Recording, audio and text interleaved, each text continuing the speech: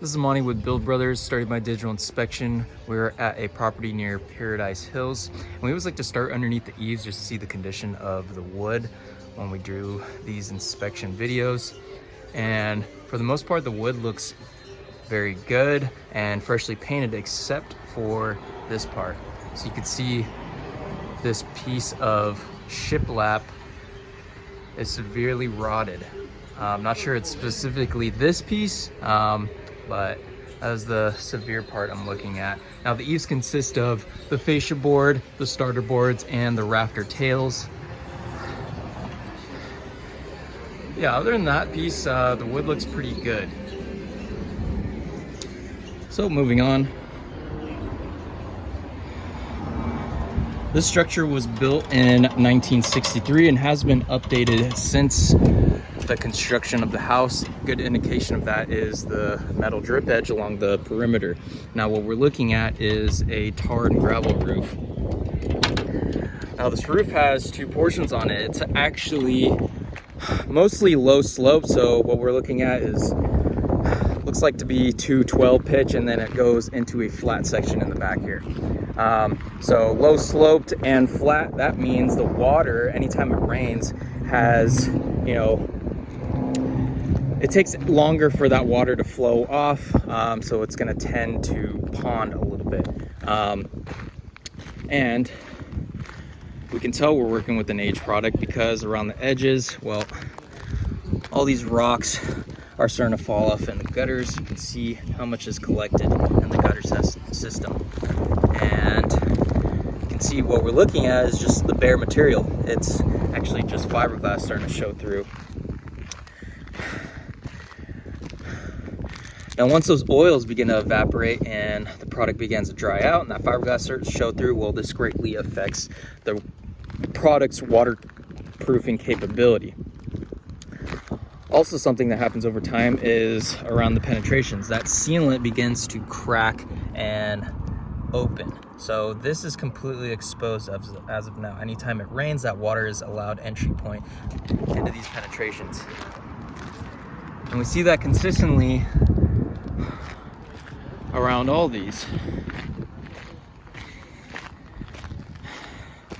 For flat and low sloped roofs, the first point of failure is mostly going to be around the perimeter, and you can see just how much that material has pulled back. So after years of baking in the sun, that material begins to shrink and pull away from the drip edge. So that's going to create a little gap, and that's what we're seeing right here. So just another opportunity for that water to get up and under down to the wood decking.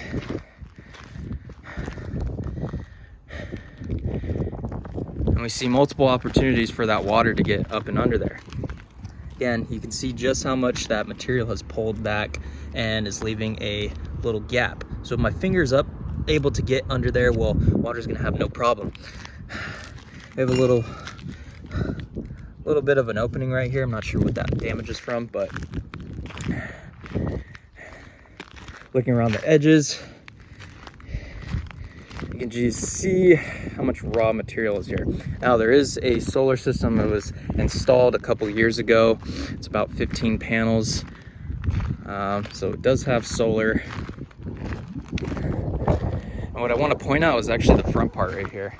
This is actually a little tricky area, but all the gravel has actually been depleted on this part. We do have a little bit left, but you can see how much of that raw material is exposed. Another thing too, there's no step or counter flashing along this wall, so you can see just how open that gap is. Again, anytime we see a gap like this, water is going to be able to get up and under there. Same thing over here near the service line. This is another part that's completely open as well. And again, right on the corner, you can see how this is starting to curl back, allowing water to easily get up and under there. So, safe to say that this product has gone past its life expectancy, and what we want to do is rip this old material off and down to the wood decking, and address any rotten wood as needed. Rotten wood and wood replacement gets done on a discovery basis, so we can't determine the amount of wood that needs to get replaced until this old material is actually ripped off. We do know that that piece of shiplap on the front here is going to need to get replaced for sure. So we can do a couple things with this roof for a more aesthetic look. We can do a shingle on this low slope portion, and then what we want to add underneath that, because it's low sloped, is a peel and stick PSU 30. That just ensures that, you know, that water that's having or it's moving slower off the roof, it doesn't have an opportunity to seep into that material. Now for this back portion, what we want to do is actually TPO. TPO is a synthetic material. It is used on a lot of commercial flat roofs, and it does a very good job at keeping water out long term. It actually stands up against the UV rays and prevents bacterial growth. So this stuff actually does a very good job at keeping that water from soaking in the material. It's literally made to hold water. So that's what we want to do for this flat section. And if they want to do shingle on this portion, we can do shingles. And if they want to do the whole thing TPO, we can do that as well. But yeah, I'll get this out to the homeowner. Thank you.